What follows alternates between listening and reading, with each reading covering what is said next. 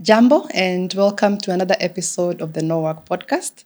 This is a podcast where you come and ask yourself, who am I when I'm not working? Today's guest is a dear friend of mine. He's called NASHON OKOWA. NASHON, karibu sana. Thank you very much. Now, it's interesting because we have never had a chat outside work. True. And when I called you yesterday, I told you, it's the first time I'm actually calling you. I've never called you.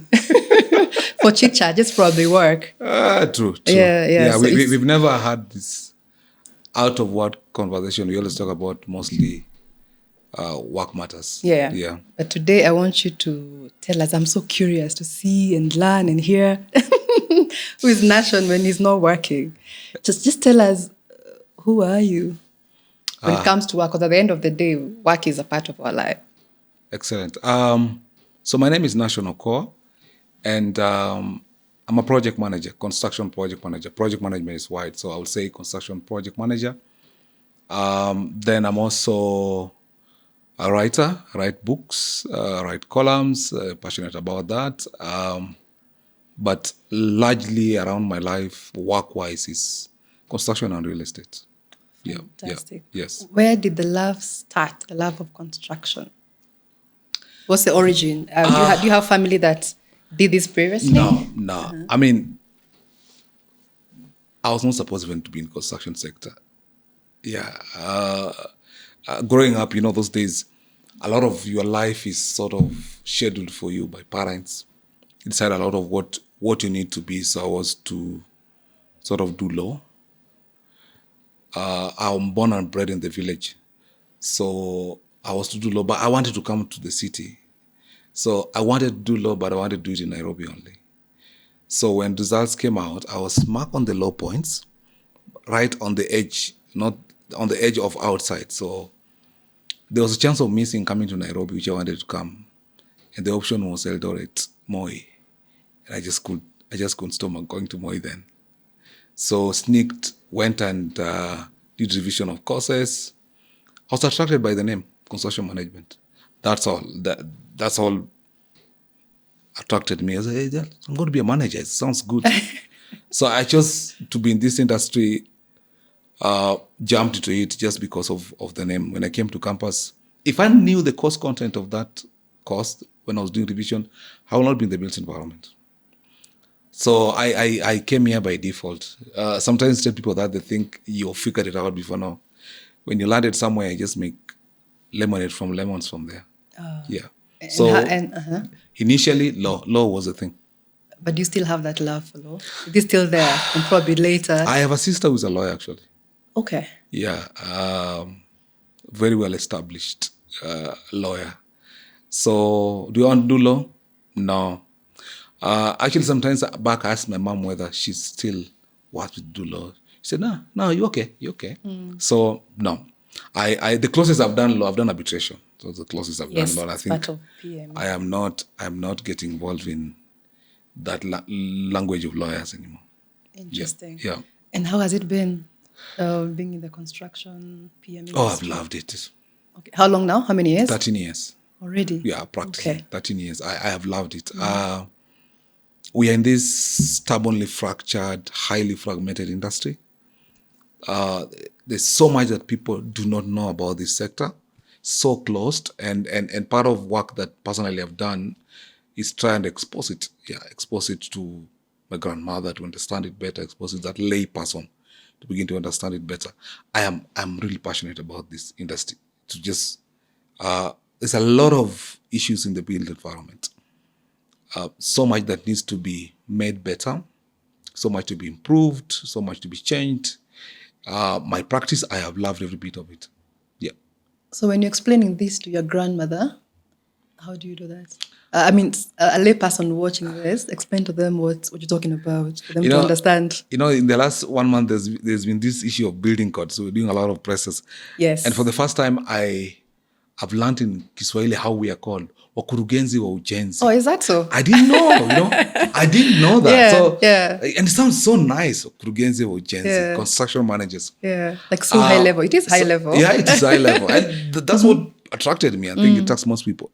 My grandmother understanding this is simply we are the people who Unaona ile mjengo, we look at it from start to finish. That is, if you ask my mother, that is exactly what she'll tell you. What does my son do? He's a project manager. What does he do? He just supervises buildings. So, and that puts you in a lot of issues in site agents, formal. But for that understanding, that's fine. Primarily, that's what we do. We just manage projects. Yeah.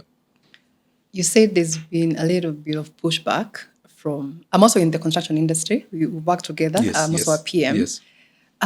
Why do you feel there's disregard of our profession? You know, the people who do landscaping, the interior designers, and I feel like they add flavor. You know, you can have your own construction, the structure, but without an interior designer, without guys who are gonna come do the greenery, it's just a shell. Why the disregard of our profession? Yet it's so important. I think it's very consistent with who we are as a people. I mean, the disregard of what we'll call emerging professions in our industry is very consistent with, personally, I think who we are as majority, largely as Kenyans, we are very hesitant to take in new models and new ways of doing things.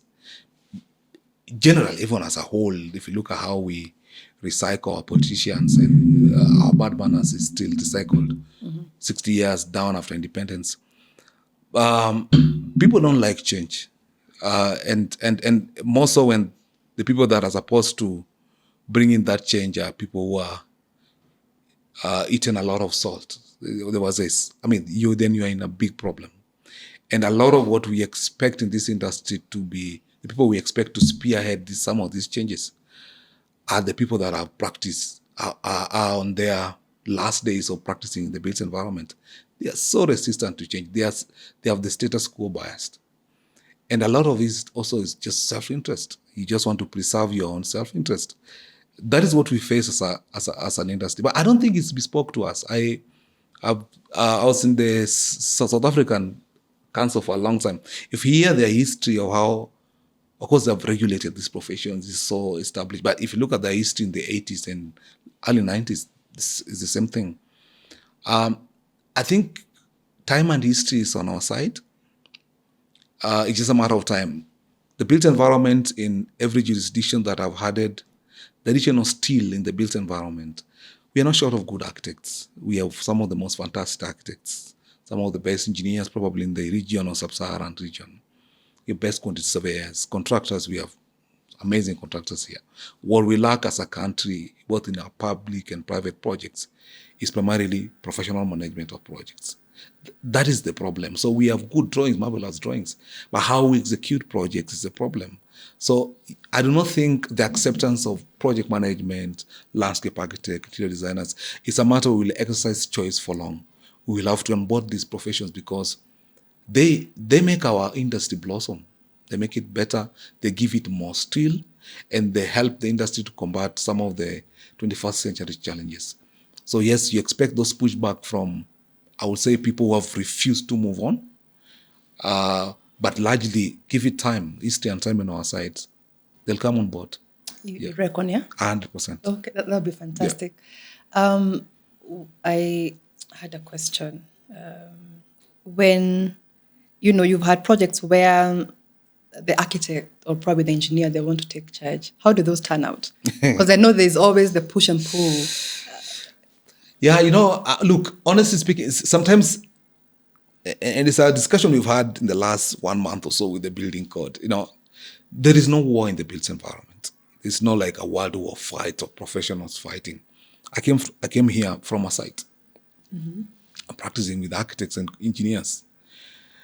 But look, you still have bad eggs amongst us. There are people who, even if you gave them 20 years to accept some of these changes, they will not just accept it. They won't just on board with it.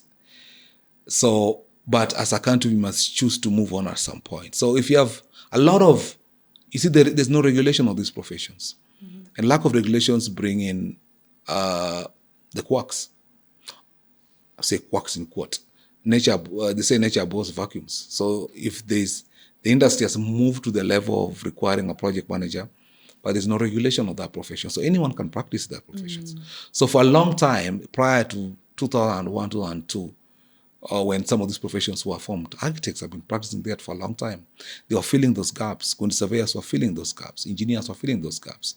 And that's the problem we have, because you've been filling a gap, but then the owner of the gap has come and you don't want to now move in back to your space. Yeah. So you'll have those kind of resistance from some architects. But let me tell you, our practice with architects, probably some across the continent, some will tell the client up front that I want a project manager on my project. You just appoint a PM and appoint an interior designer. I will do architecture because it doesn't affect you. It doesn't change your fees. It doesn't change. It actually reduces your work. It does, yeah. It reduces your work. Yeah. And I've always believed that it's almost impossible. From my view, my personal view, an architect cannot be an architect and a PM on the same project. You can't be a referee and a player on the same project. True. And a lot of them still want to do it. You can be a PM on a project, but you cannot be both, because then it's just conflicting. So, look, in the last 10 years, we made tremendous progress. 10 years ago, we were in some explanation fights of who we are and all those things. I think we have moved on.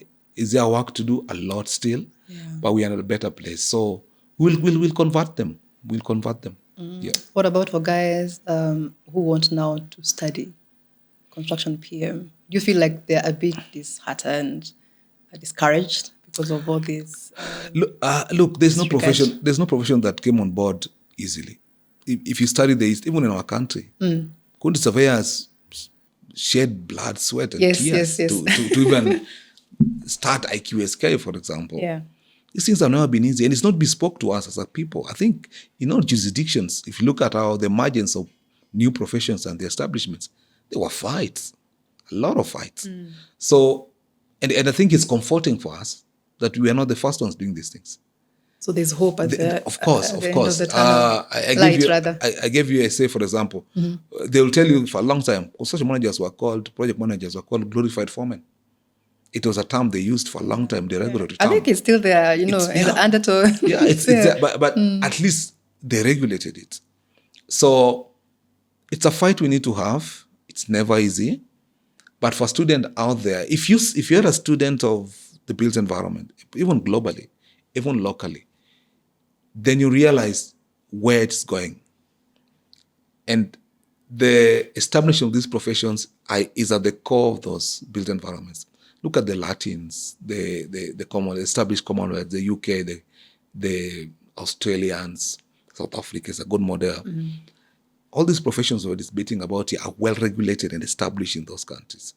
We're a global South. We are following them. So you realize it's just a matter of, that's why I'm telling you, I am 100% certain it's a matter of time. If you're going to jump into those forays of second world, first world, these professions play a critical role in it. And I think as a country, we'll get into those points. So if I'm a student, in fact, it's good because you're starting a profession that is not yet established. You haven't scratched the surface. I believe so. Especially in public sector projects. It's just a matter of time before these professions are established in those sector projects. It's going to be a lot of work. Yeah. True. And let me mention this. If you go to University of Nairobi, for example, the master's program in project management, the people that do that, out of a class of program 30, you'll find only one person with undergrad in construction. Majority architects, surveyors, engineers. So they also understand that there is need to upgrade your skills because that's where the industry is headed. True. I've been on projects as a PM where I am the only lady. Where are the ladies in the construction industry? And what's happening? Wow. Why do we feel like it's a male industry? Look, I think some of these things we need to reform them with culture. I think for a long time there was that bias of all the way down. I mean, it was difficult for parents to tell a lady from high school that choose architecture, choose engineering. Which is biases that these courses were male dominated. And it's formed for a long time the issue we have around the lack of female. I always give you an example. For a long time, we couldn't have safety shoes for ladies. It was just so male. I think oriented. even now, because even now, because even my shoes are so big, you have to, walk like a taco. They're so big. So you can see that. I mean, you just can't have female safety shoes. It tells even the manufacturers haven't clearly thought about these things. There's a lot of bias, but I think we've also done good progress. with what Wire has done, there's been a conscious effort to bring ladies into the industry, but there's still a lot of stigmatization. Okay. A lot of it. I talk to a lot of young ladies getting the industry, and when you catch up maybe a month after you've started career, you'll hear those things of they're being whistled on sites, those biases. They're still there. Yeah, They're still there. So there's still work to do on that area. A lot of work to do. We've come up with a lot of progress by bringing a lot of ladies. I mean, look at what's happened in AAK, for example. We've had female presidents. Yes. I think 3 over the last 10 years. That's good progress. I'm looking forward to engineers having a female president. Okay. I mean, it needs to happen soon. So those will be, even SMK, I mean, it begins to break some of these barriers and stereotyping that we've had in the business environment. There's a lot of work still to be done at regards to female in the construction sector. But good work is being done. Yeah, and I usually like what Wire is doing. Yeah. They're doing fantastic work, empowering. We all go up together, Yeah. not leaving anybody behind. There's a survey they did, I think, 2 years ago. If you look at that survey, you'll shake your head. The number of females in each profession is just, the gap is just. Yeah. When I was studying, there was only one lady in our class. How many were we when I was doing my master's? Yeah. I think probably we were 3. Yeah. Yeah. Everybody else was. So it's probably in the engineering sector, there's a bit of, they've gone up. Of course, the biases of people, engineers, so there's a lot of ladies have gone that way. But go on to surveying, urban and regional planning, architecture, construction management, there's still very few female in those sectors. When I was in SMK, we did a lot of effort to go back to high schools. We had a program for high schools to educating them in high schools on what are they, because they only know architecture and engineering. Those are what they know a lot. They don't know a lot of other professions in the built environment that could help them grow. So we did a lot of effort to go back to high school to educate them. And I think that's why we need to do it. We need to do it when the Form 1 down there has just entered Form 1 and consciously choose that I'm going to do quantity surveying. I think that's how we'll bridge the gap. Yeah. Interesting. I am biased, but I believe women make better PMs because the foundation, you are very organized. So if you have a woman as a PM on your projects, you won't even have to worry too much. I'm not saying men do a bad job, but I think it's a plus having a woman. Now, Kenya has a housing deficit, as they say. What are your thoughts about the housing plan that's been ongoing since Uhuru and then now the new president, Ruto? It cannot work. It cannot work? No. I mean, I've written so much about affordable housing since Uhuru, actually. And the Ruto administration has not changed anything from the Uhuru model. If you're a keen student of what they're doing and what Uhuru did, I mean, it mirrors the same thing. There's nothing new that they have changed. And I'm not saying it will not work because they will not build. They will build some houses, but I don't think it will be affordable. I do not think that the affordability that is required to be addressed under Article 43(1)(b) of the Constitution, which is for the vulnerable, because the Constitution article is for the people who cannot afford. You're building houses for the middle class. Middle class can afford to rent a good bed sitter. Yes. Okay? That provision was for people who were totally are vulnerable. And if you're going to fulfill that article, I do not think you can fulfill it in the model they have of willing buyer, willing seller. So NASHON, you go build your houses. When you're finished, I'll come and buy for you as government. And I'm building it within the market parameters. And our cost of construction has risen tremendously over the last 2 years alone. So I'm faced as an investor with the same market models. Yeah. I'm willing to make returns. Then you come and buy it for me and then you give someone.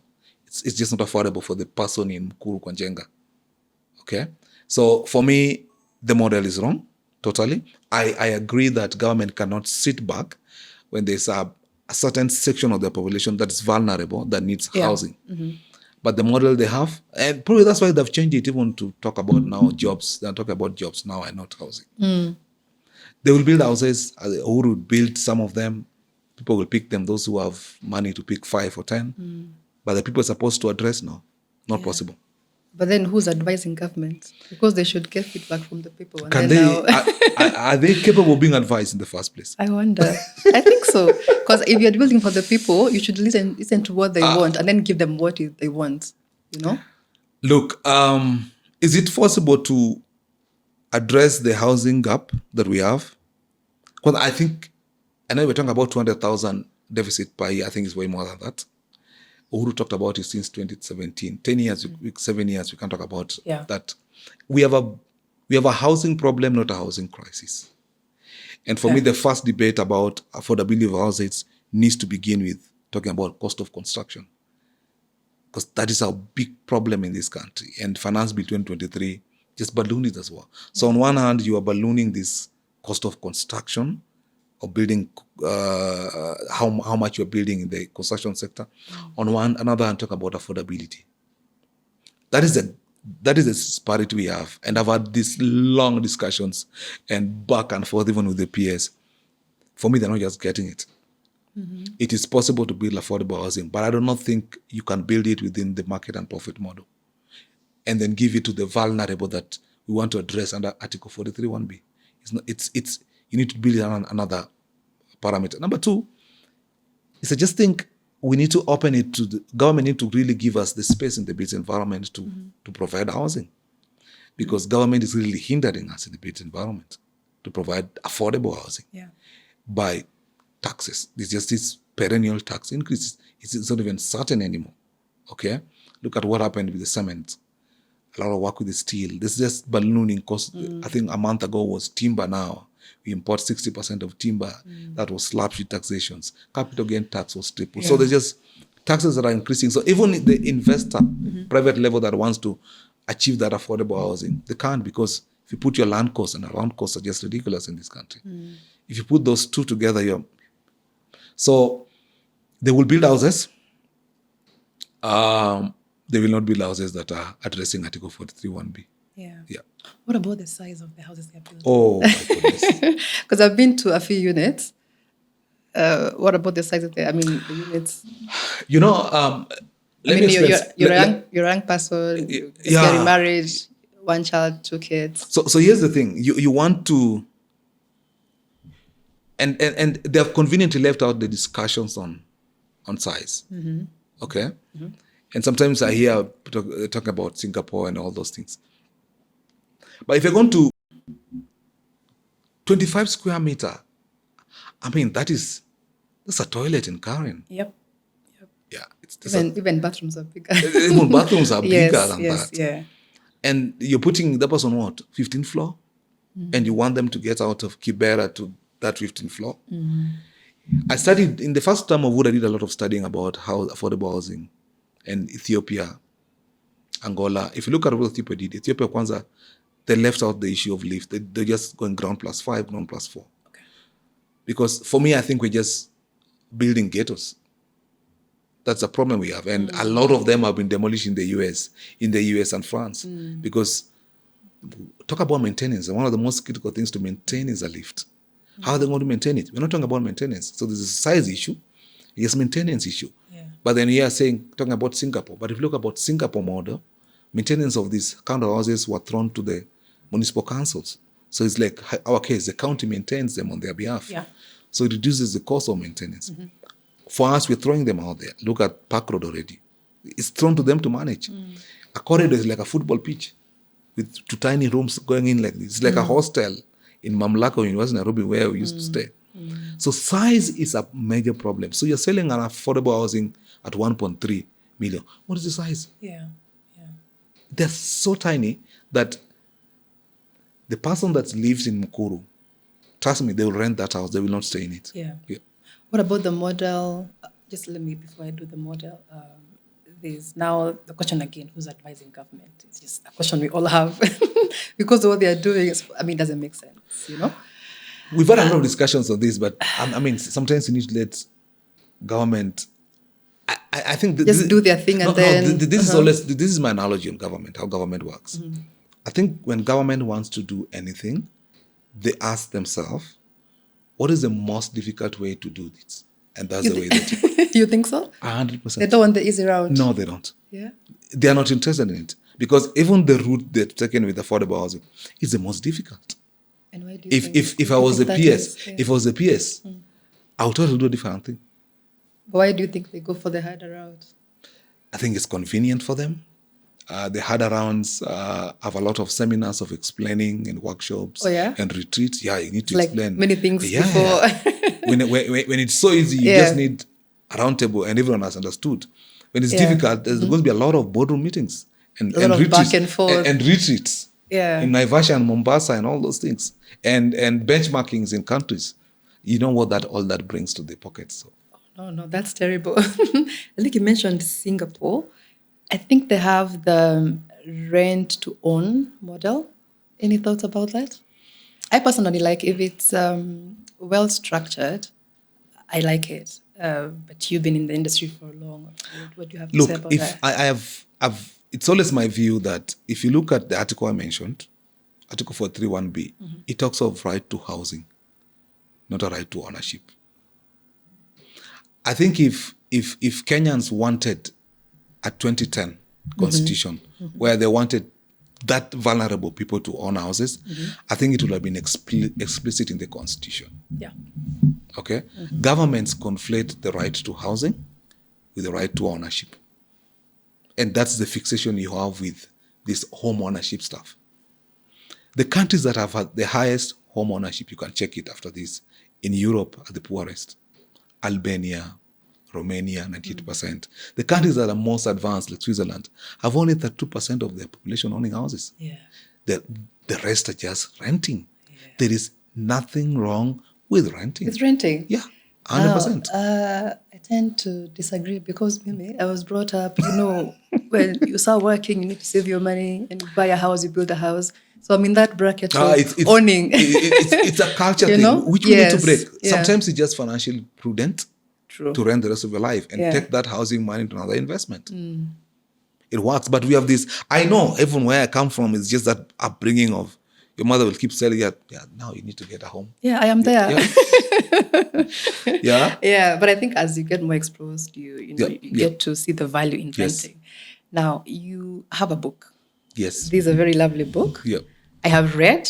It's called Don't Buy That House. And of course, by looking at it, I'm like, what do you mean I don't buy that? I want to buy a house. That gives me stability, makes me sleep well at night. I'm not hustling too much in my mind. Yeah. Tell me about this book. So this book came out in a very unique way. I was writing for the Standard newspaper and I wrote a lot of articles for the Standard. And I used to get a lot of emails. Okay. Yeah, a lot of emails. Because I was writing specifically about real estate and construction.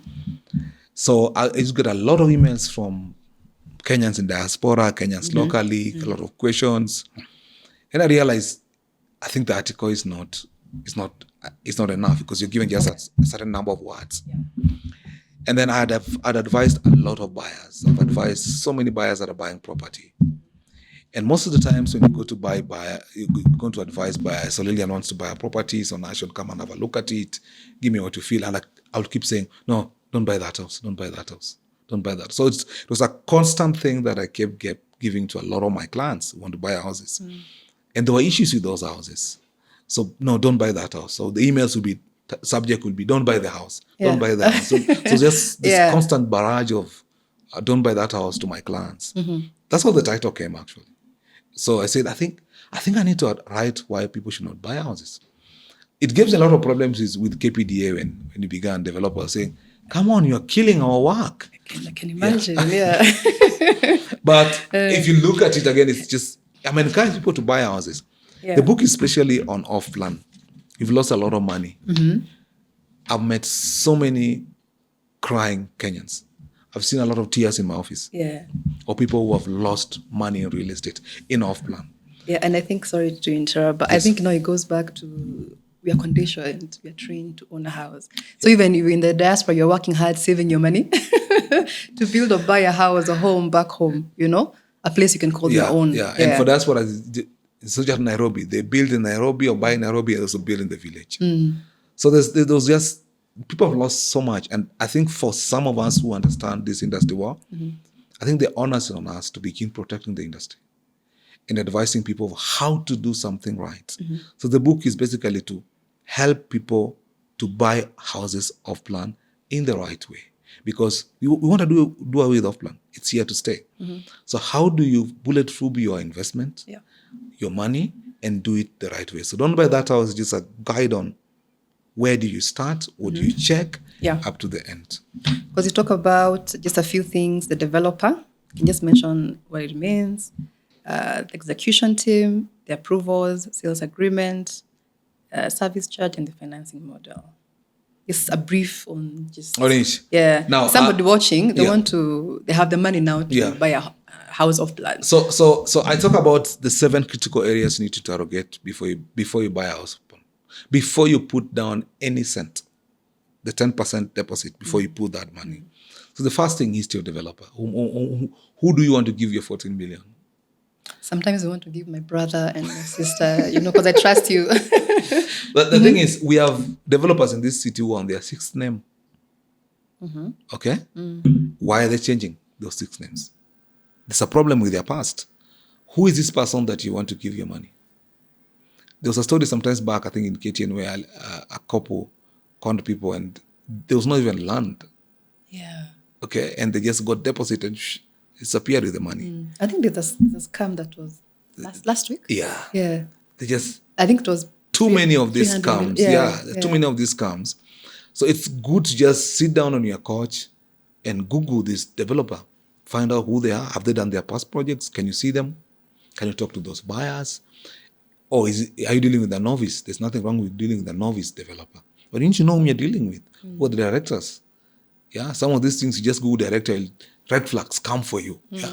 So know whom you want to give the money. So first interrogation, history of that developer.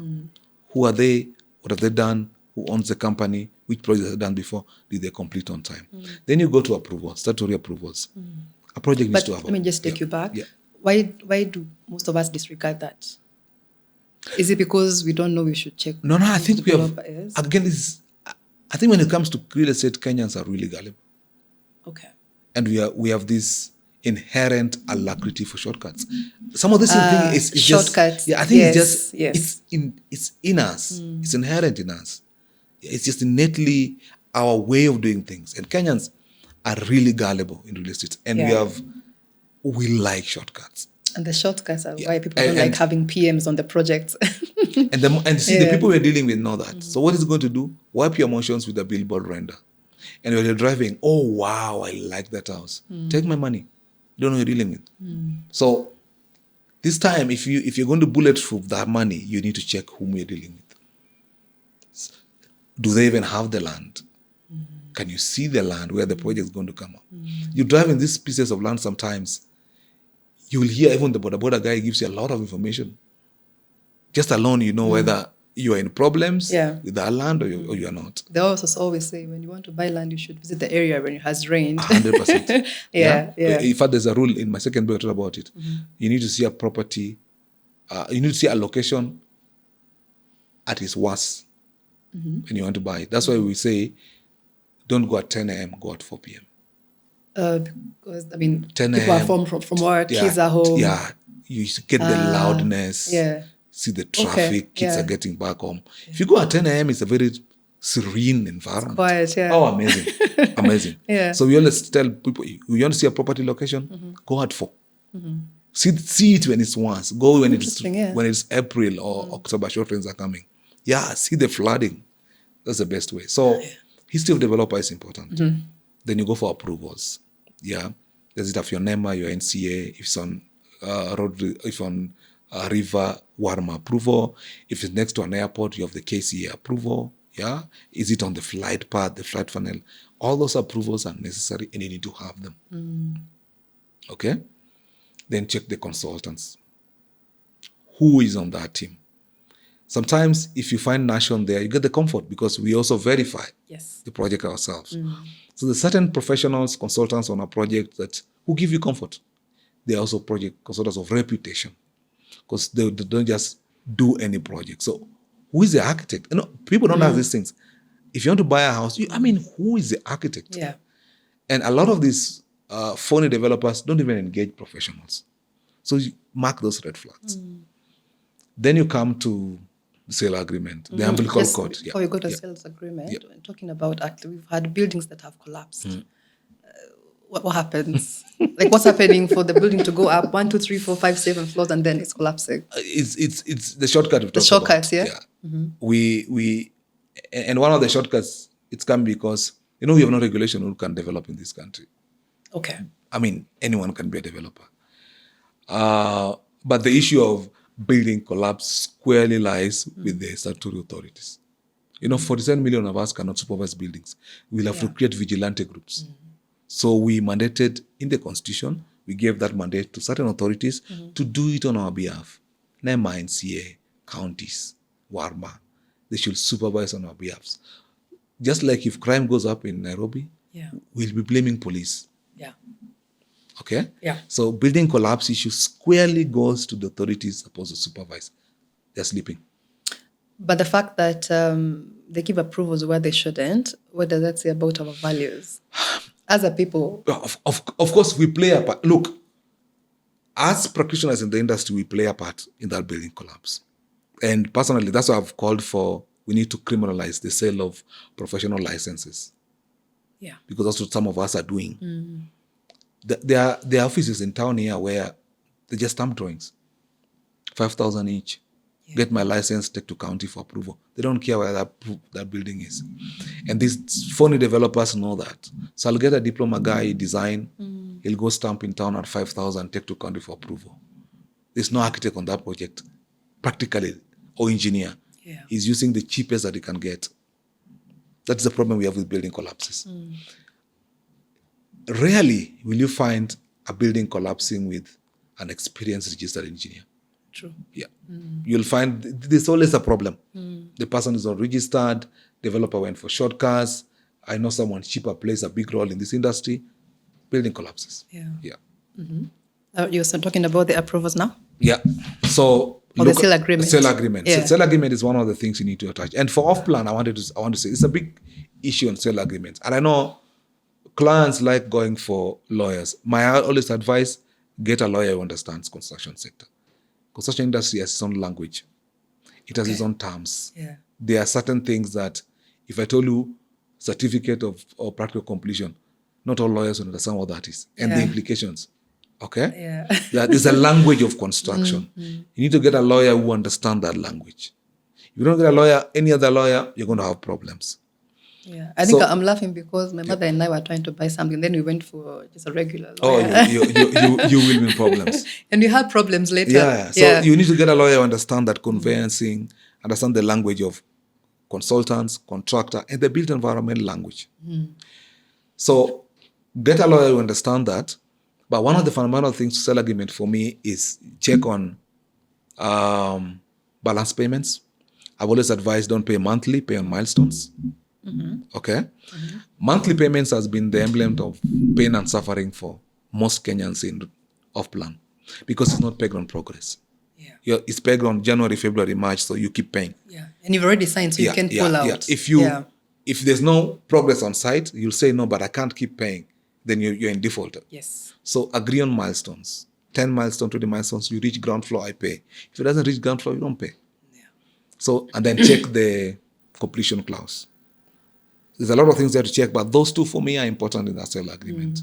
Developers have a way of giving themselves a lot of wiggle room with their completion clause. They have planned projects here that are on their 5th year. Project that if you gave me, I'll do in 1 year. Yeah. And remember, you've taken a loan. So those two, interrogate properly, understand every bit. There's a lot of sale agreement discussions that needs to check, but I don't want to go into that. Then number 6 is what I call the house details. Let me just go back to if it was to come to you and you're not very, very well versed in construction. As a lawyer, you should say, I'm not able to assist. I'm going to refer you to somebody else. But I don't think any lawyer would do that. No. At the end of the day, it's business. So, people want to work. Yeah. And it doesn't help that the buyer is also a lay person. So it just complicates it. Yeah. And the buyer usually are in a rush to just get a property. Absolutely. Yeah. And that's why a lot of issues. And look, you're dealing with smart developers. And sometimes they realize, I have advised buyers a lot in this process of sale agreement and all that. And when they know, the lawyer they say no, they begin to cooperate. True. I had a scenario where we asked for change of use, and the lawyer is saying we don't have change of use. And I said, how did you get approval, county approval? Because you can't get county approval before you get change of use. It comes. It's a finish to start activity in project management. And she could explain how. Okay? Yeah. I said, then your approval is questionable because it means you not change the use of that title. Yeah. So if you don't get someone who understands even the process of approval in the construction sector, you're going to be in problems with some of those. You don't get someone who understands how PPA2 form look like, how an approved architectural drawings looks like, which stamps needs to be there, for example, okay? How a NEMA approval looks like. Yeah. And see, you need to get someone who has interpreted these documents. If you get any other lawyer out there, good luck. You're going to be in problems. Interesting. Yeah. The last one. So there's the housing details, and this is important for you to check. Yeah. Kenyans buy houses on billboards, renters. And developers. But what else do we have? We have to go with that. No. You see, the thing is, developers really wipe emotions with renters. They know that. Oh, it looks so nice on the billboard. I think when you have decided to buy a house, freeze yourself from what you saw on the render. Ask for the real house details. What is the tile? Okay. Yeah. Whatever you've seen there will not happen. People do not decide. I've gone to hand over a project to a client some years back, and she asked me, "Where is the timber?" I said, "Which timber are you talking about?" Because project manager sometimes we do that on behalf of clients. Which timber are you talking about? Dining needs to have timber. So she pulls out the render. Oh. Yeah. And showed me, "Where is this timber?" I said, honestly, I don't know. It's not even in the BQ. And a lot of the, clients fall into that trap of they expect that render the way it is. Yeah, of course. Because that's what you're buying, so you expect A lot of to get times the it same. doesn't. Yeah. That render is to wipe your emotions, to attract you, and we have those 80%. And then we're going to stage the show house properly, because staging is a big issue in real estate these days. We will stage the show house properly to look, spend 2 million on it. You're going to buy. But sometimes even what is that show house is not what you buy. You're seeing timber, the house as ceramic tiles. So I think you just need to appreciate the finishes in your house. Yeah, those are everything. Yeah. Yeah. So what I always advise, ask for the finishes schedule. And if possible, attach it to the sale agreement as an addendum. It will show you what the door is. Are you having aluminum or steel casement? Is the door a flash door? Like, just what is the real? Forget about what you've seen in the show house. If I tell my clients, forget about what you saw in the furniture of the show house. That furniture is not what you have. Yeah. Picture your furniture inside that house. So, house details. Lastly, service charge. People don't think about service charge when buying a house. Before we go to service charge, I just have a question about when you talk about finishing. I struggle so much with workmanship in Kenya, overall in Nairobi. Where did we go wrong, and how can we improve? I mean, it's just come back to the shortcut thing. Okay. Look, if you get a qualified PM, really experienced, go for the architect, qualified, engineers, quantity surveyor, an experienced contractor, you're getting a good workman project. Okay. 101%. Because some of us just don't take some of those things. You put your foot down. Yeah. The problem is, and I've always said, developers have been invited to go for shortcuts. If you just look at what's happening, there's that invitation that we're giving them to go for shortcuts. Cost of construction is rising. Okay? Land prices are rising. And we're in a buyer's market. The buyers decide the rent price and the sale price. We are inviting them to go because they have to make money. So the buyers have decided this area is 12 million for 3-bed. Land prices, cost of construction, all goes up. There's that invitation to cut on consultants. Yeah. Get the cheapest contractor to make the money. And with that comes the workmanship issue. So for me, it's just a same question of we like shortcuts. I have a deep passion and love for woodworking, and I want to learn that at some point in my life. And I feel like it's a life skill that we all need to have, electrical work, plumbing, things you can do with your hands, you know, because you always feel like these are low-paying jobs, so you don't want to get caught up doing that. But you always see probably on the internet, people are just constructing their houses from 0 to 100 by themselves. True. But here you feel, No, I can't do that. no. I'm above that, which essentially is just Look, the best thing ever. I agree with some of those things that, still even in this built environment, some of those things are skills you need to have. But we have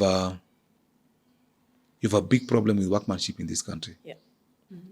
Do you think the Chinese have contributed to the workmanship, the poor market? Oh, our Eastern brothers. 100%. And yet again, I know there are Chinese people who will do like a really high quality kind of job. But I think probably what we get here, probably then shortcuts, probably what you're paying, we don't get. I thought I just think we taught them our bad manners. Okay. If you just look at it. But generally speaking, I think they're poor with workmanship. They're poor with finishes. They are fantastic with the wet works. Their structures are very amazing. Okay. But so who are good with Indians or Italians? Are they good with finishes? I think Indians are good with finishes. With finishes. Yeah. And they have some very good Kenyans with finishes. Look, I think one of the most critical decisions that a lot of consultants, clients do not get right is choice of contractor. Lack of knowledge or no exposure. Lack of knowledge. Or shortcuts. Lack of knowledge, shortcuts, the invitation to get kickbacks. Okay, it plays a role. We have an ethics deficit in this country, and it's just always placed in our mind. We do not go for the right quality contractors. And there are a lot of them. There are a lot of right quality contractors who will give you, they'll charge you more, slightly more, but they'll give you quality. Cheap But you is see, expensive. I've been on tender. I've fought with clients on tender. I've fought with consultants on tender. When you only say we'll save on tender, for me, I do not take a project that we're going to save in tender. Okay. I don't. Then the invitation to cut things happen during that tender. You need to take a project to design that a project that is already comfortable within the client's budget. By cost estimate 1, if it's not working, stop that project at that point. But there's this invitation by a consultant. Sometimes misadvise the client. Oh no, let's just go. I think a tender will compete and we can save another 20 million. Then that invitation comes in. Yeah. So you're taking a project to site that is already compromised. And it's only gone from the beginning. Those are the problems we have. And then you couple it with a wrong choice of contractor, or you're in problems from day one. Yeah. The Chinese, there's, they're building all these high-rise apartments in Kileshwa and Kilimani. And somebody was saying in a few years, Kileshwa will be the new pipeline. What happened to zoning in Nairobi? Wow. I mean, I think we need to demand better as residents of Nairobi. How do we do that? Leadership. It's just boiled down to who you have a city hall. It's as simple as that. We have to consciously start thinking about these things. We're going to have a problem. Big problem. The flooding if we don't stop, it's a saying that nature whistles until it screams. It screamed, I think, 4 months ago with the flooding. It will scream further. Yeah. The kind of things we are doing in this city will get seriously punished. Your buildings on road reserves. We are buildings without setbacks on roads. We are buildings on riparian reserves. Okay, we have diverted water lines. We built on sewer lines. Our stormwater drains, some of them have been the colonial drains. And yet the city has, the last 20 years has doubled in population. In 2000, we are 2.1, we are 4.2 in 2019. The projections of UN, if you look at it, it's just our urbanization rate is one of the highest. Coupled with our population growth rate. Okay? We have a concoction mix for disaster. And then we don't have a plan of a city. For me, that is the most critical thing. There's no plan. Why can't we just say... Who should put together the plan? A city hall. Why aren't they putting the plan together? Your guess is as good as mine. Look, the lack of zoning pays a lot. Do you know how much people pay in this city to get approvals? I've done it for 13 years. Some of those fees, if you hear them, your ears tingle. Yeah. So it's paying. The lack of zoning pays people, and they will not bite the finger that feeds them. Is that not possible? So until as residents we put our foot down and say, listen, we have to get a master plan. So let us, for example, just cut it and say, okay, the history has mistakes have happened. Yeah. Let's start from here. So Kileleshwa, is it 18 floors or 20? I was being told Westlands Road, there are, I think, buildings coming, the apartments, I think there are 30 floors. Apart from GTC, there are two others on that. So you have GTC, there are two others coming up on Westlands Road. Oh, yeah? Look at that stormwater drain. I started working in Westlands in 2010. It's the same stormwater drain. Yeah. Nothing has been done to it. Handle, yeah. It will not handle. So you're quoting disaster on floods.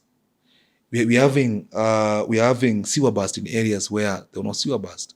Water rationing, even in places in this city that had never heard of water rationing. Okay? Traffic these days is in estates where traffic was unheard of. We're quoting disaster.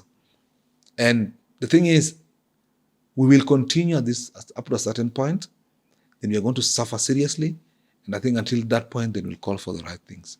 Yeah. Yeah. So interesting because flooding happens and then we are taking all these videos, this road is flooding, these cars were swept away, and then we just forget. And flooding happens again in a film and the same things happen. So I always ask myself, who should take action? In fact, who is responsible? I was writing an article this week to talk about that. Okay. That we've just forgotten about flooding. And it happened for 2 months. We closed schools for a long time because of flooding. Or probably they're doing something when you're not aware. Nothing is being done. You sure? 100%. I've done approval since that how many times? There is no mitigation in place. In fact, after that, we ended Gen Zs. We forgot about flooding. Yeah. Okay? And I can tell you we're going to get some rains in October, November. And trust me, it's going to flood. Maybe not as rigorous as the other one, but it's going to flood. Yeah, maybe there's so much going on in Kenya that way we just move on very fast. No. I think flooding comes now. No, I think we owe this city and the next generation to have a plan for it, to rezone it. And I agree that the land prices that we have cannot allow Kileleshwa to be ground plus 4 the way it is currently in zoning regulations. But then what right is it? Look at in Westlands, or look at GTC, look at PwC and One Africa. PwC did the wonderful building, knowing we are the tallest. And then your neighbor come and boom, blocks your views.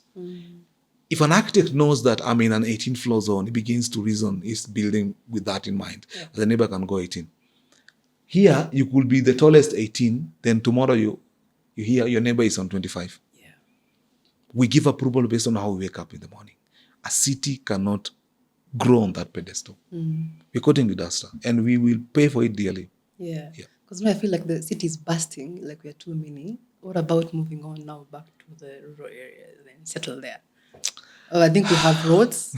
I mean, the infrastructure has really improved. The infrastructure has improved, so you're able to even to commute. I said it somewhere at the risk of running into trouble, but I will repeat it.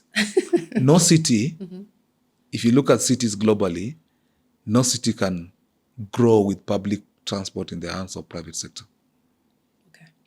It's just impossible. I know we don't want to bat the bullet for political reasons, but good cities, good hygienic cities globally, public transport is in the hands of government. Yes. And until we buy those bullets and begin to have public transport in the hands of government, then we have some hygiene in how we transport things. And I think we begin to clean the city a bit. But as long as we have these all matatus, and I know we don't want to bite the bullet of, employment, at some point we will have to. Yeah. But what do you think about people moving back to the village to settle there? If not like the village really, but outside Nairobi. No, I agree with you. Just do a BRT to or a bullet train to Nakuru. I mean, I would stay in Nakuru. Yeah. There was a plan to do one. There was. Thika Road. And they marked, you remember? Yeah, BRT, they did. Yeah, I don't know what happened to that. They put the red lipstick. Yes. They've done it many times. They built those stations. Look at where we are. We've forgotten about those things. I told you there's so much going on in Kenya. So once something is done, we just move on. So if you look at, we have land. I mean, go all the way to Thika. Just do proper road system. Open it to down Namanga. There's a lot of, we can go out. But we're not going to go out with poor infrastructure and poor public transport system. Yeah. It's But I going to be a think problem. the counties have come just to open up the country so people can live anywhere, you know? You can live in whichever county now. Because back then we used to feel you have to be in Nairobi. In Nairobi. Yeah, Yeah, but I think we still need to decentralize a lot of professionals true. to counties. It's one of those mistakes we did with devolution. Yeah. We devolved funds, we didn't devolve professionals. It's a big problem we have. How many architects are in Kisumu? I know one registered. Yeah. I was told. But probably there are not enough professionals. No, I was told It's everywhere. Kisii. No, we are many. We're just stuck in Nairobi here. We love Nairobi. But you see, if we made it mandatory in the county government act, you see, it's optional these days. If we set up these offices under counties, then they will be forced to hire these people. Right now, they have the luxury of, they don't have to. Yeah. So we have a lot of quacks in counties. Even, I mean, I keep asking, who's approving our buildings at City Hall here? If you understand it, the way I understand it, you'll hardly see a registered engineer there. So who is looking at these our buildings? Those are things we need to address. Yeah. And we made those mistakes with devolution. And some of those things we need to correct them properly. And stock our counties with the right professionals. Project managers. Let's just begin to manage our county projects. Yes. However, of a balloon budget it is, but let's finish it on time. Yeah. With the right quality. And that budget that is ballooned. Right now, government projects are the most delayed. I think the issue I had with, the issue I have with county government, as you roll over to a new governor, the projects that were there before, they are abandoned. Pending then bills. Now you come with your own agenda, you want to do these things. So I always feel like, what a waste of money and time and resources for everybody who was involved. And it's also, so many white elephant projects. It's in county and it's national government as well. I've heard the new CS saying we have 167 billion pending bills. Okay. And 67 billion of that is interest. Okay? And it's purely because if you look at always, it's new regime changes that bring pending bills. Yeah. New governor comes, you know what the first I'm going to do? I'll set up a committee to interrogate pending bills. Come on. The task forces. Yeah, the task forces. Yeah. So we have that problem. Yeah. And our county's projects are some of the most poorly mismanaged. That's the truth. Look at our county projects. There's a problem across. There's one time I was going home, so I found a road being actually a village road. So the poor Maram, so they are compacting. And this guy is driving the roller. I thought he's coming back. He's driving and going. So I had to stop him. I drove and said, "No, come back. You've not compacted properly." Yeah.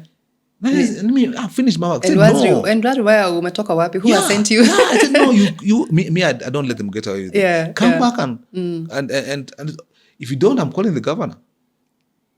And he came back. Yeah. Okay? Yeah. So they get away with so much. And that's taxpayers' money, a lot of it gone down the drain. I think that would be avoided if we just hired project managers. Yeah. You'll sort the issue We add so much value. Completely. Now, Nation, this podcast is called the No Work Podcast, but we've spoken about work until now. So let's just switch a bit. Yeah? Okay. Now, I love love. I'm a big lover at heart. And I saw your acknowledgement, which I'm going to read to your wife because it was so nice. It says, "My most brilliant life achievement remains the ability to have persuaded you to be my wife. You remain my deepest love, my comfort, my greatest support, my strongest motivation, and my greatest critic. You are my love."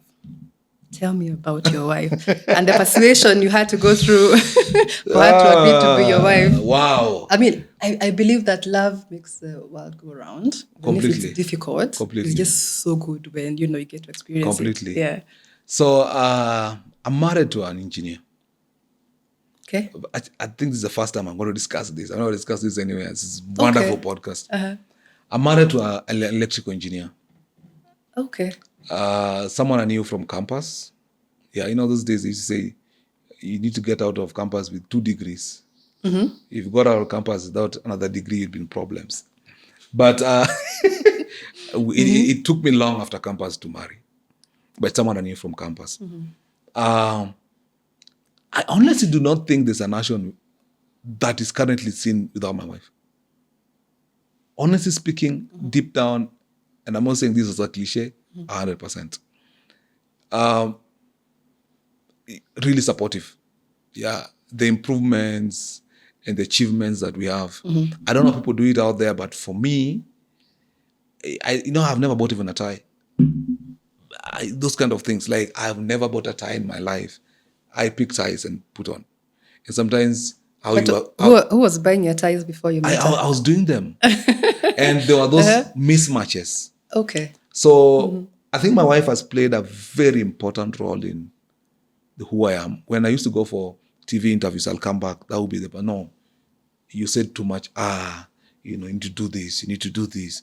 You are doing this. No, next time do this. So you're getting free to master's lessons. Completely. And that's the deep honesty that no one else can tell you of how you need to get better.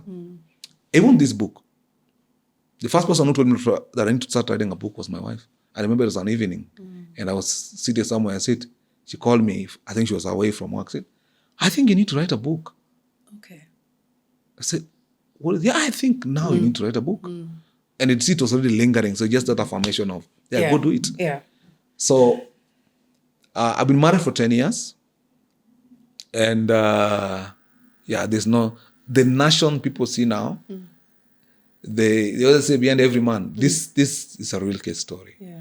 So I married someone in the built environment, real supportive, and even in my company, she's a director. And for me, it was just a matter of the family needs to know what you're doing. You're not here for long. Yeah. You never know. Yeah. And you don't want to do these things that someone don't even know where your account is. So the biggest support that I have is family, 101%. Interesting. Yeah. So I think people should listen to their wives more. There's so much benefit from that. No, I think so. Look, I have friends that have a problem with this. Okay?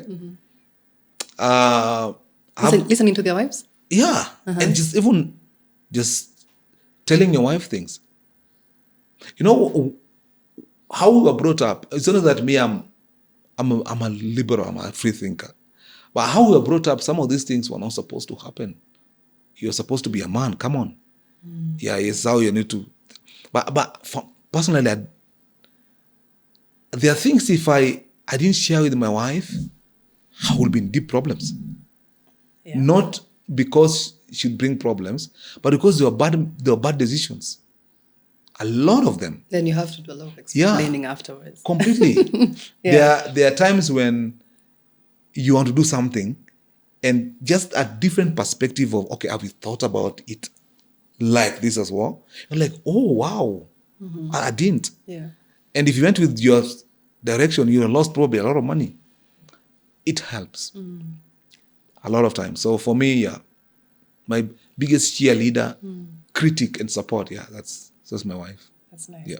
We were just talking about, I think our kids are probably 1 or 2 age-wise. And we're talking about how there's so much pressure now to take kids to school early.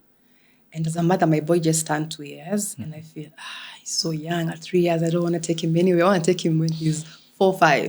Because I grew up in the village, you just leave home and then you go to nursery when you're 5 and then grade 1. Yeah. And we are okay. I think we turned out okay. Yeah. So there's so much pressure to, enroll kids into school, academics. It's just too much pressure. Completely. Yeah.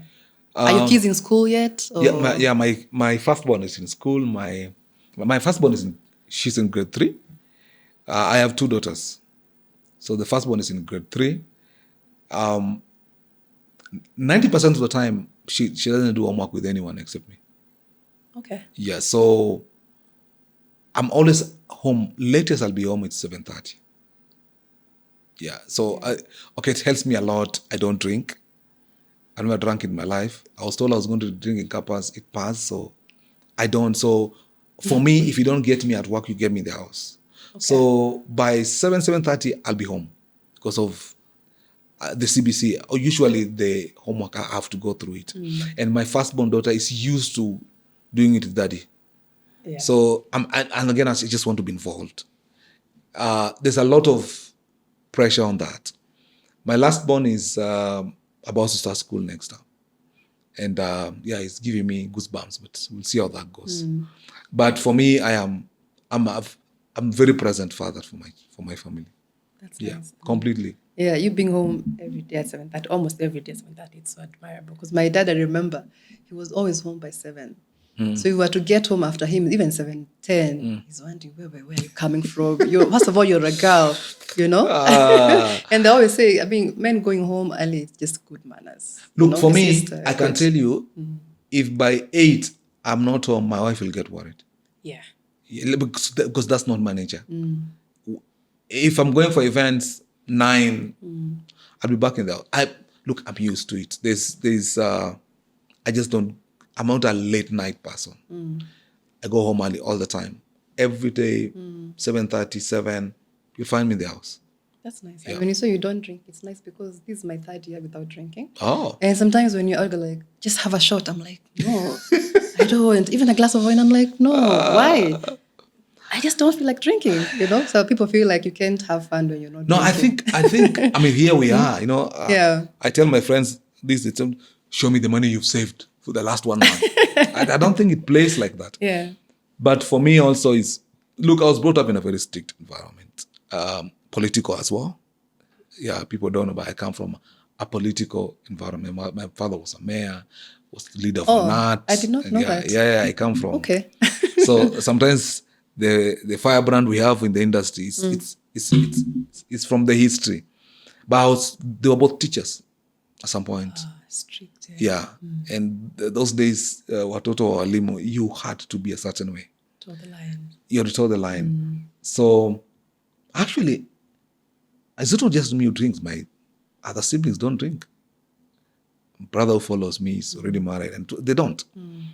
But look, I just didn't do it. My friends used to tell me, campus, utapita. Yeah. I passed it. So I think it helps in a certain way because you just, what are you doing outside? Yeah.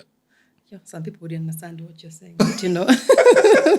No, I think those two can coexist. Yeah. I don't think I have a problem with those who drink, or those who overdrink, yes, definitely. But and I think those two can coexist. I just don't do it. Yeah. I've never done it. Yeah. I think it's too late to start doing it. Yeah. I think the issue comes in when people probably like abuse alcohol. Yeah. You feel like you have to drink to get drunk. You can have a social drink, which is fine. Yeah, and I have a lot of friends who abuse. Yeah. And see, it begins trends with what I'm talking about. You don't know what's happening with for example, my daughter's homework. Because you're not home early. You're not home early. Yeah. You're not home early. You're not used to going Yeah. home early. Probably you're not available for this kind of sports days. Like there's a sports day coming up for my daughter next week. It could be on a Friday. You're not available for these things because if you have free time, you're out there.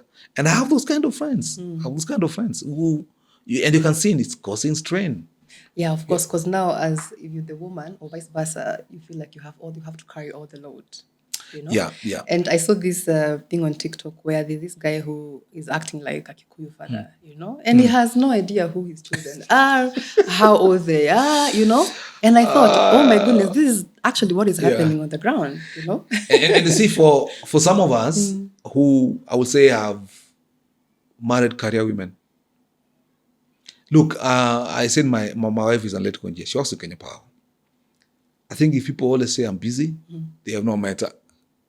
She's I think, busier than me. Yeah. She could work until Sunday because she's in the operation and maintenance, as an engineer. So a line is out, those switch off things for monkeys for Kenya Power. She'd step out at 10 p.m. go work. Yeah. It's possible. So imagine if you have a husband who is also not available. So, I mean, I'm never surprised if I get home at 7 and she's come home at 8:30. Yeah. Because she's busy. So if you go to the mainstream straight jacket, the man that we were raised to be, you're going to have a problem with the family. So it means the house help has taken the duty of looking after the kids. So you don't know what they were taught. You don't know whether they are reading. You don't know, like. And this day's education is so You're personalized. just like a spectator in your home. You're going to have problems. Yeah. Interesting. Tell us more what you do when you're not doing PM work. Well, I'm involved. I'm so curious actually because I've never asked you this question before. No, I do a lot of things outside project management. I'm involved in a lot of community work back in the village. And this actually we're doing with my wife. We've been having the initiative to improve our local primary school. Okay. So it's still work in progress. I schooled there for a year or two. It's really in dilapidated situation. So we've been having a lot of initiatives we've changed the entire roof currently. Okay. There's been a lot of, it's my local village, and the kind of education that's coming out there is not very inspiring. The kind of education? Yeah, the results, KCP, it's just terrible. And that is my village. Yeah. So if you look at somebody just how the infrastructure is, the school is terrible, was terrible before. So we've been working with the school headmaster to change a few things. It's now fenced. You change the roof. You want to change, do plaster, just plaster the floors because that now is dusty. You get jiggers there and those kind of things. So we are working a lot of that, and thank God there's a lot of partners that is helping us do that. We did the roof through my connections with MRM. They gave us the entire roofing. So we changed the entire roofing. So we are involved in a lot of community activities. My wife, through a Kenya Power connection, she's managed to connect the entire village's power. So there's a lot of, and we don't take pictures of those. It's just quiet down there. That's nice. So we're doing a lot of that. It's a community that is just a step away from us. Women still go 5 kilometers in the morning to fetch water on their backs. So we are trying to get partners, if you can do a bowl for them. Yeah. We're working that around the clock to just improve their lives. They now have power, but the water is still a long distance away. They have to go to the river. And it's in 2024, I think that's unacceptable. Of course, we have elected members of parliament and the rest, but I think for me it's also to pick where my dad left. Those are things my dad used to do.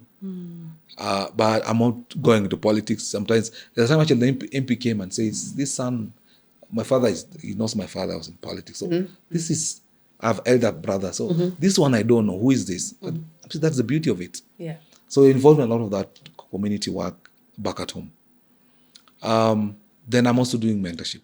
When you talk about schools, I always feel teachers are paid peanuts, yet they play such a big role in our lives because we wouldn't be here without our teachers, especially those teachers at the primary, So I wonder when and how that would change and why we don't get to appreciate. I think also, let me just also say about policemen. I mean, some are crooked, but they play such a big role. So I don't know why, not going back to teachers, how we can appreciate them more. Because sometimes you see the MP, they're paid so much money. And he's the loudest person in the village. That's it. That's all he has to offer. But the teacher who taught this MP, he remains in 20, 30 K per month. Completely. Yeah. Look, I think I've the benefit of being raised by a teacher, so I know those salaries. I literally knew how much my mother was earning. Especially after I lost my dad at some point when I was in Form 4. So after that, I literally knew how my mother was earning. Yeah. Come on, they are peanuts. They are peanuts. And for me, it's also drove me to really work hard. Yes. To just change that kind of thing. Like, you can't. She's retired now, but I said, this thing cannot continue. I think it's just leadership. Because some of these things are just administrations, leadership. Just NASHON, you're the president, and one of my legacies is I want to improve the welfare of teachers and police. Yeah. If you're going to elect me after 5 years based on that, so be it. Yeah. Interesting. And mentorship? Yeah, so I'm in my 5th year of mentorship since 2019. Okay. It's a free mentorship. We have a cohort of 30. Is it in PM or just something? No, the entire. So the mentorship, actually, 60%, 70% of it is on personal development. Okay. A lot of what we lack in this industry is not the technical bit. We're raising a very indisciplined generation. Yeah. What does indiscipline mean? They just go for the bare minimums. And you see, the problem we have is this. We have like for example, construction management, we have 5 universities. We're churning out 500 students a year. Okay? Who are just a bunch of sameness in a lot of ways. There's not that extra effort to step out of the crowd. And if you look at the industry, I'm not talking as an employer now, the industry wants a different perspective, a different thought. Show me something different from the bunch. of people. And we have people who, everything the same. If you get a class, they will the same CV. You can see that it's copied all around. Oh, yeah? Yeah. if it is who I am, I thrive under challenge, a team player, you could find it in half of the class. Yeah. So the mentorship is basically I wanted to bring out a different kind of breed. Okay. Different way of thinking. We are not going to change this industry with the mainstream thinking and solutions that we have been giving for 20 years. We need a different perspective. So, and you won't get that without having people with a different mentality. So the mentorship is around that leadership and all those things. It's in its fifth. This is my 5th year. We have a cohort of 30 people that are finishing in the next 2 weeks. How long is that? 6 months. 6 months. We do 6 months. Okay. A rigorous process, different dimensions, different perspectives. Also, it encompasses what the industry is about, looking at legislations in the sector. You're raising up a very well-informed graduates. Some of them are students, some of them are graduates, or well-informed students who understands what is our issue in this industry and how do I give solutions. Because humanity loves novelty. If you give client solutions, you're hired. But those solutions are going to come up with, I don't think you're going to have those solutions with being in a crowd. Because if you look at our industry currently, we want a different model. The real estate is so stiff. The developer wants, how can I get, for example, I'm asked, how do I save money? It's going to have a very ruthless project manager. Yeah.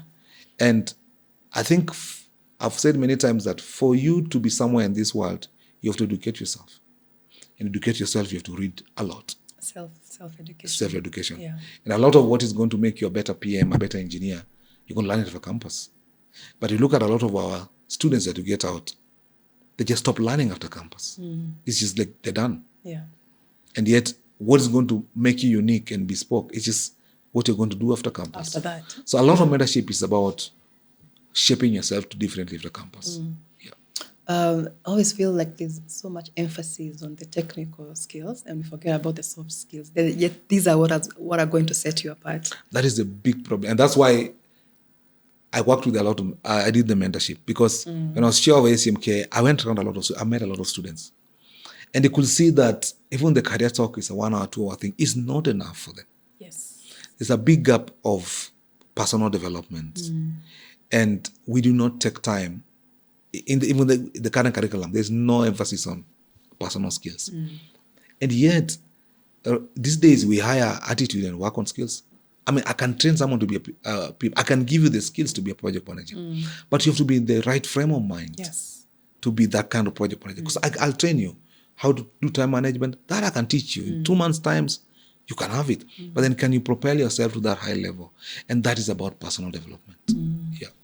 When your students, the people you're mentoring, once they graduate, is there a follow-up on how they're doing? Yes. And finally, over the last 2 years, I've got, like earlier this year, there's a comment that took 10 of them. There's that, I'm getting a lot of requests from people to pick them from mentorship. A lot. Because 100% they're different people. Rarely do my mentees go without work. All of them are always, they'll be absorbed. You're with NASHON's mentorship, because as well, I put them on a different pedestal. They'll be readers in 6 months, lethal readers. They will have different mentality. If they are not exercising, you'll find them on that medal. There will be people who are ruthless with their time discipline, time management. So definitely 100% they're on different pedestal. And we have a lot of feedbacks. Like this Saturday, we're having, this cohort is about to finish, and we have the 2 past cohorts coming to join them. Just to share them where we would align, where I am. I mean, I've raised people who are now writers. Okay. Yeah, for columns, write for newspaper articles. And just level of, and one of the things I really impress on my mentees is leadership positions. Okay. I want them to, because it gives you a sense of responsibility. And a number of them, whether it's IQSK, whether I see them in Wire, I see them in SMK, I see them engineers, they picked up leadership. And I tell them, I don't care whether it's a youth group leadership in the village, whether it's in church, take it out. Take the mantle of leadership and begin to develop yourself as a leader. Those are some of the trainings we go through with them in the 6 months. Yeah. But because you have different trainings, what would be your probably like top 3? Like the ones you'd recommend? Leadership, 100%. Yes. You have to be real leadership. The second training, I think the battle of success is the battle of the mind. So one of the trainings that we really focus on, how do you begin to change your mentality, perspective? It just because your life will never rise above your personal story. What you tell yourself you are, and a lot of what we suffer through, if you look at our lives, are things of indoctrinations. You are told you're not possible. You can't go far. You don't even believe in yourself that you can be a good PM or a good engineer. So we have a rigorous program of just changing your mentality. Like how do you begin to think and begin to think as someone who is a winner? And then, of course, you have the leadership that marries with that. Then the last part of training that we do is more so on the industry. I really always want my mentees to understand what they're getting involved in. So we go through the training on, we review all the regulations in this sector. I think there are 69 of them, acts of parliament. That's 6 months. Understand the MCA Act, the NCA Act, every single county government, what governs this industry. Yeah. Because if you understand the industry and what bedevils it, then you're going to have solutions. If you go to an interview as a quantity surveyor, then you understand the issues of the sector, then you have solutions. You're hired without blinking. But if you don't understand the industry, you don't understand its challenges. You talked about building collapse. How do you begin to address building collapse? Yeah. So if you're told to answer, so why should we hire you? You begin to resonate with the company of these are your problems or industry problems. But you can't understand them if you don't understand the regulations, understand the gaps in the regulations. Then you have solutions that are oriented towards that company. So you go through a lot of training in that area to really understand, and not just the local industry, then you begin to transcend to what is the global built environment, where is it headed, the AIs and the rest. Yeah. You said the generation we have now, what's the word you used? Bunch of sameness. What's the word you use? I'm forgetting the word. But I feel the generation that's after us, we are millennials. Yeah. The Gen Z now, they need a lot of critical thinking. That is not present. So is it part of your curriculum? Yeah. No, you're right. As I said, I worked with a lot of students before even this mentorship, and I worked with a lot of students over the last 5 years in mentorship because I do mentorship personally. I interact with a lot of them. Yeah. One of the things that they lack is what you're pointing out, the ability to consciously begin to look at things critically. It's a gap in their way of thinking. It is not to demean them, but that is a problem. It's a problem because big problem, yeah. We are in a fast-moving world with cataclysmic problems. I mean, look at what we face in the business environment. They require really critical thinking. If you don't have a person who critically thinks, and a lot of the people coming after us are so reserved, they're so reclined, they're so comfortable. Okay? It's a problem. So what happens if you're hiring, and I've had this, you go through the entire interview, so you begin to now go to gender. Okay, last time we hired a lady. Okay, I think let's hire a man. Okay, yeah. Which tribes are here more? You can't differentiate them. They're the same. But critical thinking and someone who projects themselves differently, that's what we want as a country. Yeah. Great. So more work, outside work. So that then I do writing. I think you have my book. Yes. Everybody should read this book. It's a very nice book to read. Yeah. I do. It's a quick read. Yeah. It's gonna save you a lot of money. Yeah, my books are short. There's another one called The 7 Rules of Real Estate, launched last year. I think tomorrow it is 1 year. Okay. Yeah. I love writing. Writing is therapeutic for me. Yeah. For me, when anything disturbs me, I write. If I hit a pothole, it's an article. So I do a lot of writing. I do blogs writing as my free time. I also write columns for Standard People's Daily now. I write books. I'm writing my next book from January again. Okay. I took a break this year. I'm going to write about some of this thing, talking about time management. How do you time estimate projects? So I'm going to write a book now in project management from next year. Interesting. Between January and May, I'll do that because from May I'm starting my master's. So 5 months I'll do that. So I write a lot on my free time. I do a lot of research. I like reading. I read like minimum 3 books a month. Okay. So I have a home library. No one can catch up with me. Yeah. And I read a lot of books. I read a lot of articles. Yeah. In my On the same topics or just No, varied? Or, varied. Yeah, very varied. Yeah. Very varied. I read autobiographies. I read in real estate. Yes. If you're going to be the most knowledgeable and competent in this field, you must stay ahead. You must. And you cannot do that without reading. So I do a lot. Almost every week, I have 4 or 5 hours of research. I was talking about, look at affordable housing solutions, real estate solutions, because clients want solutions. And you cannot continue to have this solutions-oriented way of thinking if you don't do research. So I do a lot of research in my free time, in my calendars. I have a podcast as well. Okay. Yeah, called Not in Real Estate. I think we've done 22 episodes. Over the last 4 months, I was a bit off doing other things. Yeah, but that as well was just to supplement what I was doing in writing. There's a lot in this industry that even the book cannot contain. Yeah. So I do podcasts on the sides, a lot of work on podcasts when I'm out of working. And lastly, I'm really involved in industry activities.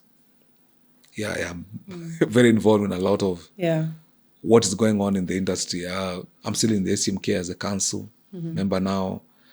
I'm involved in a lot of stakeholder initiatives in the built environment, the issue of the building code, which is still going on in the sector, a lot of discussions on regulations.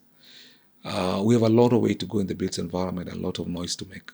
So my off-work time is involved in a lot of those initiatives. You're busy. Yes. But you don't feel like you're working because you're just doing probably things you enjoy. You don't feel like it's work. For me, anything in this built environment is very enjoyable for me.